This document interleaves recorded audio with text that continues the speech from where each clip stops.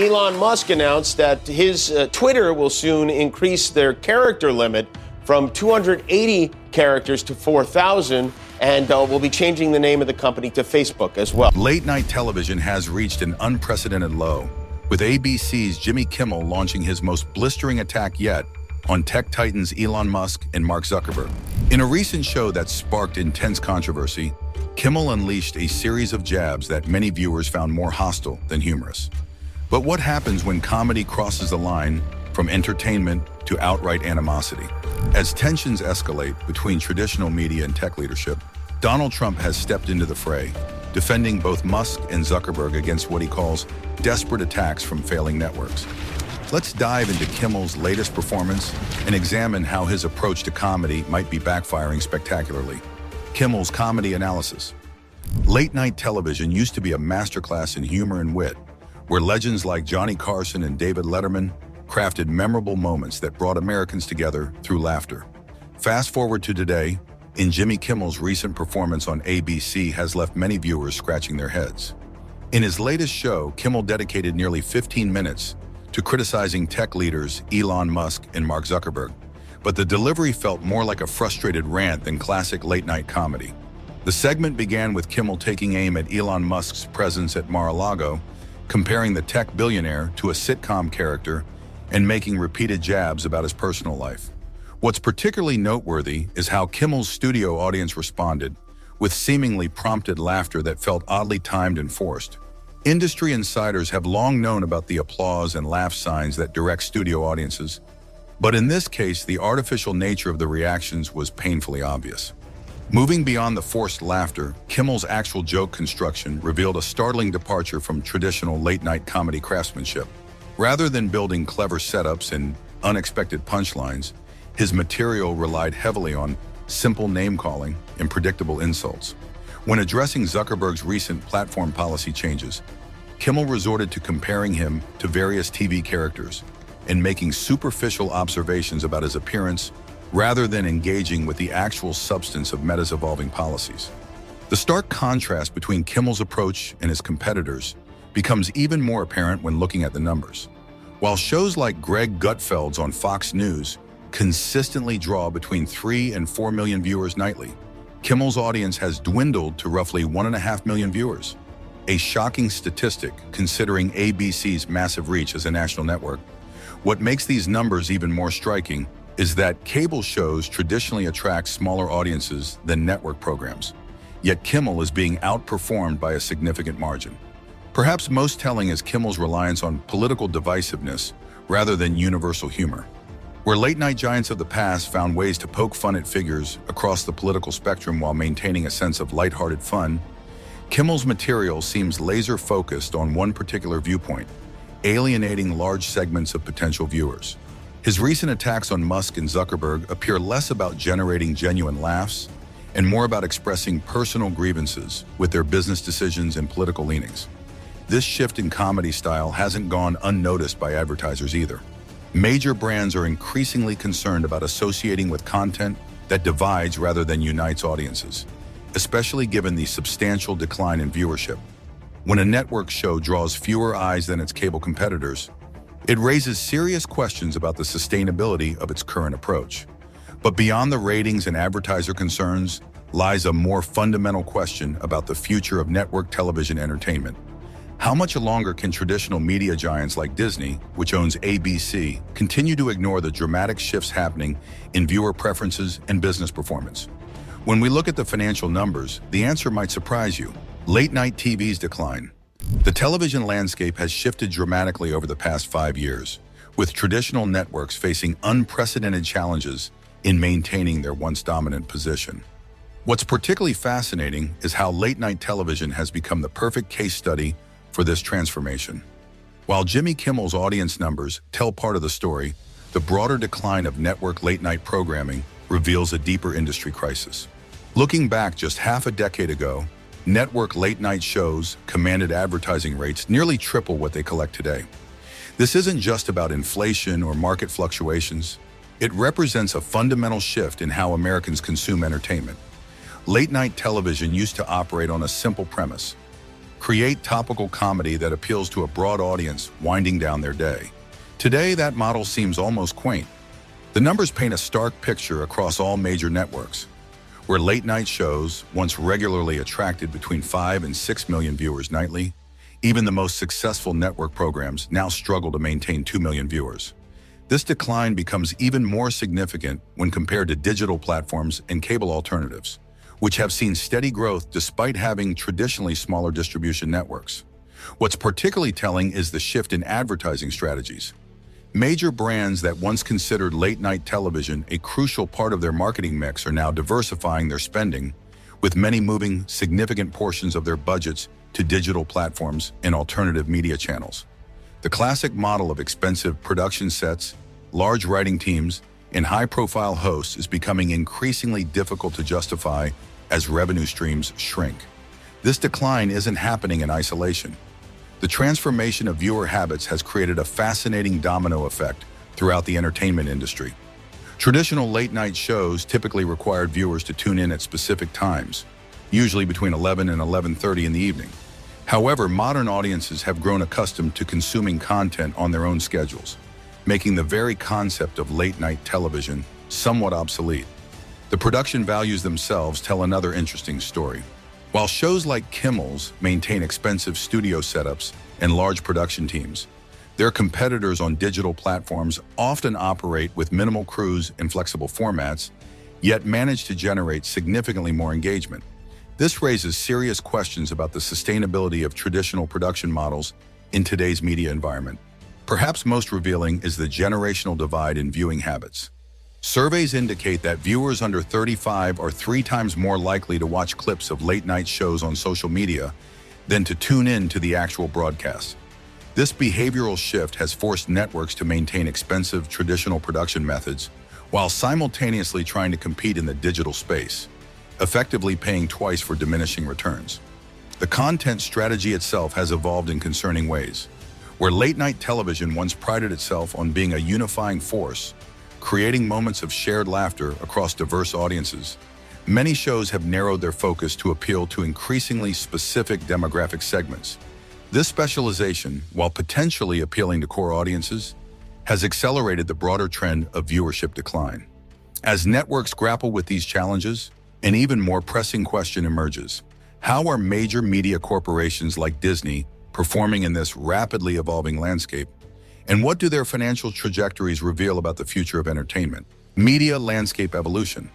The evolution of modern media has created a fascinating divide between traditional entertainment powerhouses and emerging digital platforms. This transformation becomes strikingly clear when examining viewer engagement patterns across different platforms.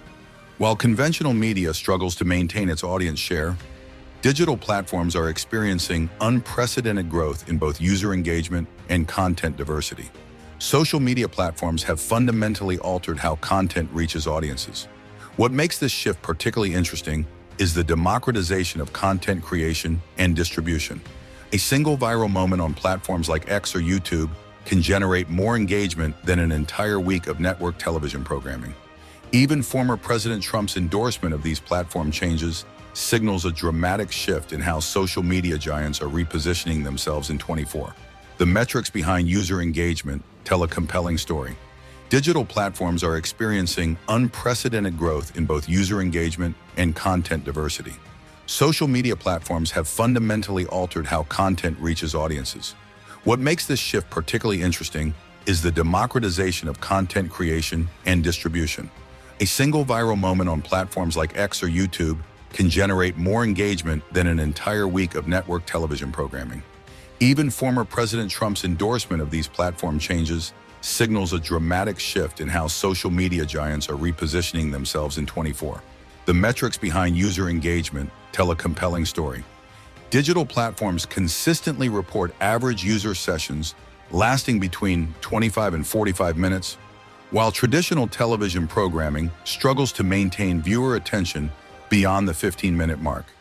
This attention span differential has forced major networks to completely rethink their content strategy. Audience behavior patterns have evolved significantly, with modern viewers demonstrating a clear preference for interactive and community-driven content. Digital platforms excel at creating these engagement opportunities, allowing viewers to participate in real-time discussions, share content instantly, and even influence the direction of content creation through direct feedback. What's particularly fascinating is the shift in advertising effectiveness. Traditional television commercials typically see engagement rates hovering around 0.5%, while targeted digital advertising consistently achieves rates between 3 and 5%. This disparity has caused a massive redistribution of advertising budgets, with major brands allocating increasingly larger portions of their spending to digital platforms. The content creation ecosystem has also undergone a remarkable transformation.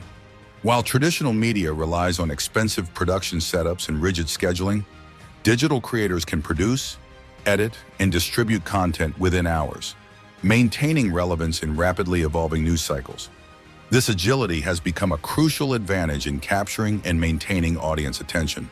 Platform algorithms have revolutionized content distribution, creating highly personalized viewing experiences that traditional broadcasting simply cannot match. These sophisticated systems analyze thousands of data points to deliver content that aligns precisely with individual viewer preferences, creating a level of engagement that broad-spectrum programming struggles to achieve. The rise of mobile viewing has accelerated this transformation. With over 70% of digital content now consumed on mobile devices, the very concept of scheduled programming has become increasingly obsolete. This shift has forced traditional media to compete not just with other networks, but with every form of digital entertainment available at viewers' fingertips. Live streaming platforms have emerged as particularly powerful forces in this new landscape. These platforms combine the immediacy of live broadcasting with the interactivity of digital media, creating engaging experiences that traditional television has struggled to replicate.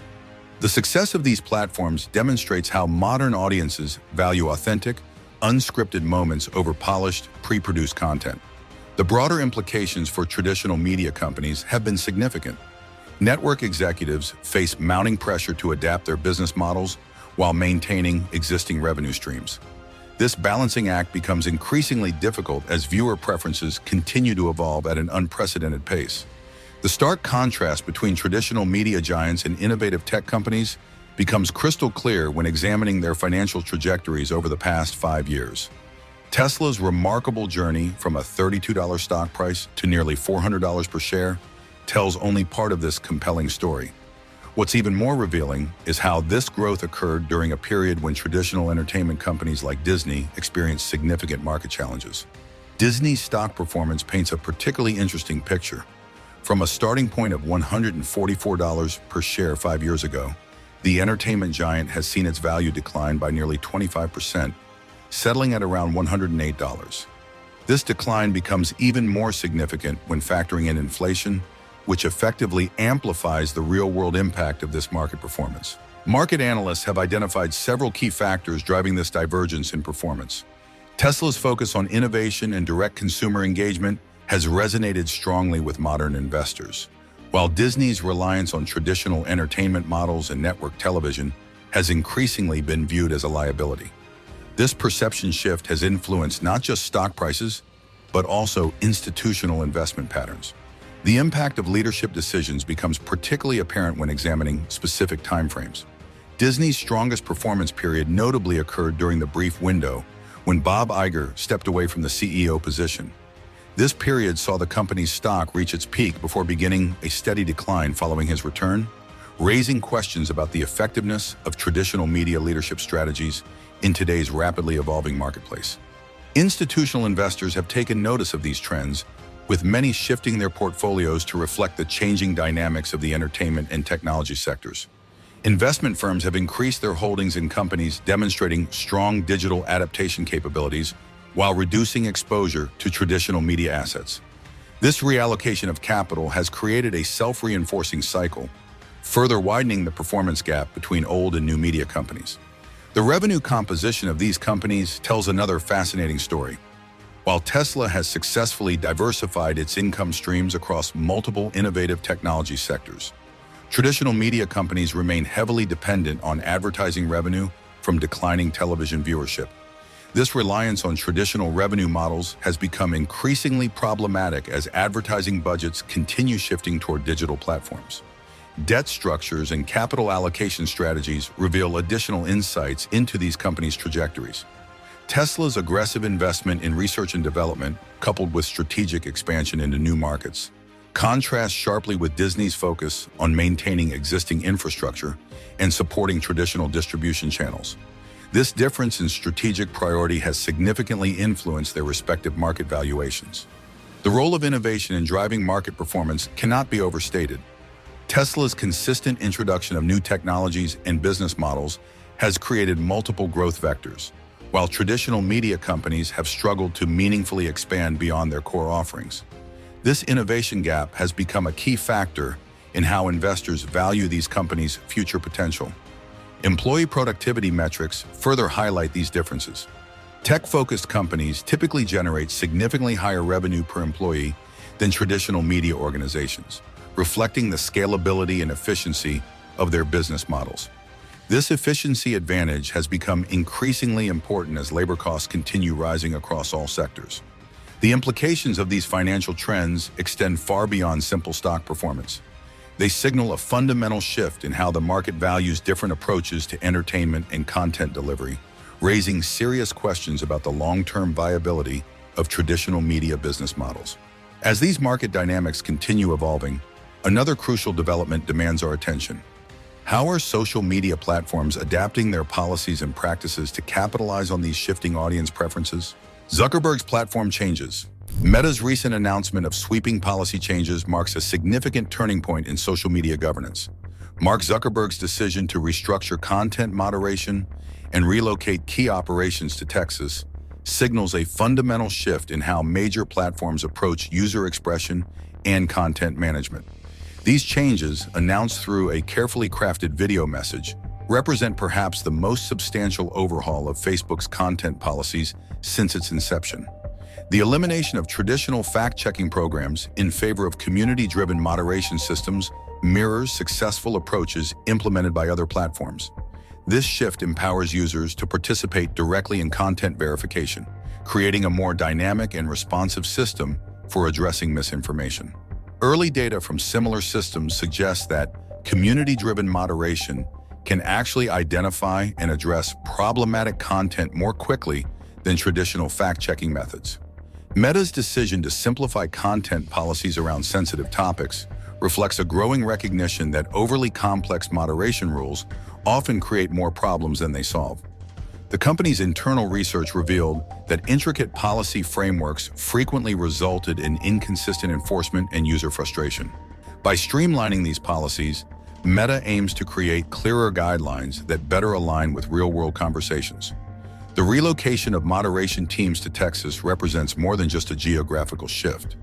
This move positions Meta's content moderation operations in a region with different cultural and political perspectives from Silicon Valley.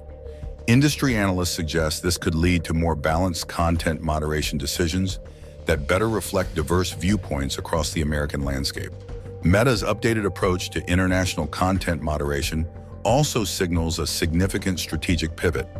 The company's new focus on protecting American companies from international censorship pressure indicates a broader shift in how social media platforms navigate global regulatory challenges. This stance has particular significance given the increasing international attempts to regulate online speech. The platform's technological infrastructure is undergoing equally important changes. Meta's investment in artificial intelligence tools for content analysis aims to create more sophisticated detection systems that can better understand context and nuance.